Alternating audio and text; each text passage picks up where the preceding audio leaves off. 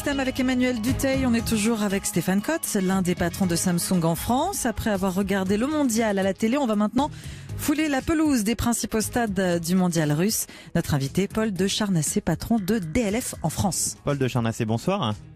Bonsoir. Merci d'avoir accepté notre invitation, vous aussi. Vous avez développé le gazon de la Coupe du Monde. Vous avez équipé, en tout cas votre société, 8 stades de la compétition sur 12, dont le stade où se jouera la finale. DLF, c'est le leader mondial du secteur. Il y a un petit peu plus de 1300 salariés, je crois. Mais ce qui est drôle, c'est que votre gazon vient en grande partie de la division française que vous dirigez. En tout cas, on peut dire qu'il est inventé chez nous, juste à côté d'Angers. Alors déjà, première question qui peut paraître toute bête. Pourquoi on développe ce gazon-là, pas très loin d'Angers ? Alors en fait, nous sommes un groupe qui travaille de façon spécifique sur l'amélioration des espèces utilisées dans les gazons. Alors, parmi ces espèces, notamment sur terrain de sport, ce qui concerne évidemment la Coupe du Monde, il y a le régras anglais. Alors, le propre du sélectionneur, c'est de chercher à améliorer l'existant. C'est-à-dire, sur terrain de sport, c'est rechercher encore plus de résistance au piétinement, et puis peut-être aussi d'autres critères sur lesquels l'espèce est un peu limitée, comme par exemple la résistance au très chaud, au froid, où là l'espèce effectivement manifeste certaines faiblesses. Et il se trouve que notre sélectionneur a mis au point une nouvelle génération de régras anglais. C'est totalement innovant. C'est ici en France, à côté d'Angers, qu'on y est arrivé. C'est en France que cette sélection a été mise au point et nulle part ailleurs. Parce que là, chez nous, à Angers, c'est vraiment une équipe de chercheurs, une équipe de développeurs qui inventent justement ces futurs gazons. Ces futurs gazons, non seulement pour terrain de sport, mais quelquefois, on peut être amené à travailler sur d'autres sujets, comme par exemple, aujourd'hui, il devient quasi impossible, même franchement impossible de pouvoir traiter sur certaines portions de zones urbaines. Eh bien, nous avons mis au point des mélanges spécifiques de façon à pouvoir gérer ces surfaces. Alors, on va rester quand même sur la Coupe du Monde. Alors, on fait une émission spéciale autour de cette Coupe du Monde de football qui a débuté en Russie. Vous le disiez, il fallait par exemple trouver quelque chose qui permette de résister aux coups de pied, donc en l'occurrence aux crampons. Exact. En quoi il résiste mieux ce gazon aux coups de crampons des joueurs de football? On essaie d'améliorer ça par croisement. Et le test consiste en fait à passer des rouleaux assez lourds des rouleaux lisses sur lesquels on a installé des crampons qui imitent parfaitement la chaussure d'un joueur.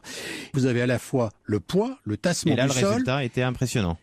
Et le résultat est excellent. Et le deuxième effet aussi, où là on nous attend, c'est l'arrachement. Lorsqu'un joueur tacle, glisse sur la pelouse, il faut que la pelouse tienne. Si la pelouse s'arrache, en fin de match, c'est terminé. Et si la pelouse est utilisée à rythme soutenu, ce sera une catastrophe très très rapidement. C'est pas votre première compétition de ce niveau-là, bien loin de là, puisque comme je disais, vous appartenez à un groupe danois et vous êtes déjà le leader mondial de ces semences et de ces gazons. Mais là, vous pouvez dire que vous n'avez jamais eu un gazon aussi résistant de l'histoire ? On peut le dire. Résistant, pas simplement sur le piétinement. Le piétinement est quelque chose d'intéressant, mais vous savez, quand les Russes ont eu vent de cette nouvelle sélection, de cette avancée, ils sont venus directement en France voir le produit. Et ils sont venus le voir en octobre dernier, en fait, octobre 2017.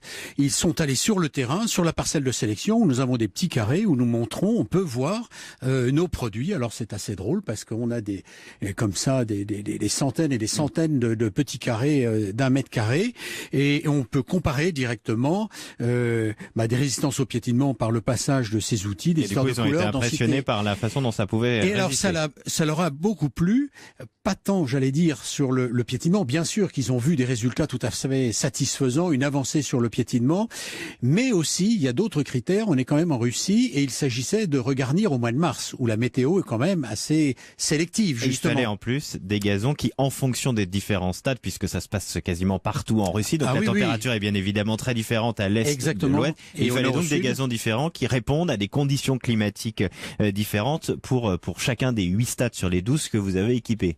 Absolument. Le phénomène un petit peu sélectif, c'est le froid. On parle du zéro végétatif, c'est-à-dire de la température à partir de laquelle un végétal va se mettre à germer. Bon, pas de souci. Un régras anglais, classiquement, c'est autour des 7-8 degrés. Avec cette avancée sur ces régras anglais, on peut travailler à partir de 5-6 degrés. Quelques degrés, pas grand-chose, mais ce petit quelque chose fait la différence et permet de gagner en maturité rapidement. sur les terrains. Du coup, j'imagine que ces gazons qui équipent là la Coupe du Monde de football, c'est un peu votre Formule 1. Vous vendez également du gazon à Monsieur Tout le Monde. Je suis allé voir votre site internet, c'est très bien fait. Il y a plusieurs marques. Enfin bon, on peut trouver ça assez facilement pour mettre ça sur son petit coin de pelouse. Ces avancées-là, un jour, on va les répercuter. Elles existent déjà partiellement dans nos sacs de gazon sur le marché amateur. Absolument. Le Monsieur Tout le Monde peut se retrouver avec cette technologie. Eh bien, vous restez avec nous. On va continuer à parler de tout cela dans un instant sur ces gazons de ces stades pour la Coupe du Monde de football en Russie. Vous êtes sur Europe 1, c'est Écosystème. Écosystème le dimanche, c'est entre 17h et 18h avec vous, Emmanuel Dutheil. Je rappelle que nous attendons vos messages sur Twitter, #E1Éco, et retrouvez Écosystème en replay et en podcast sur europe1.fr.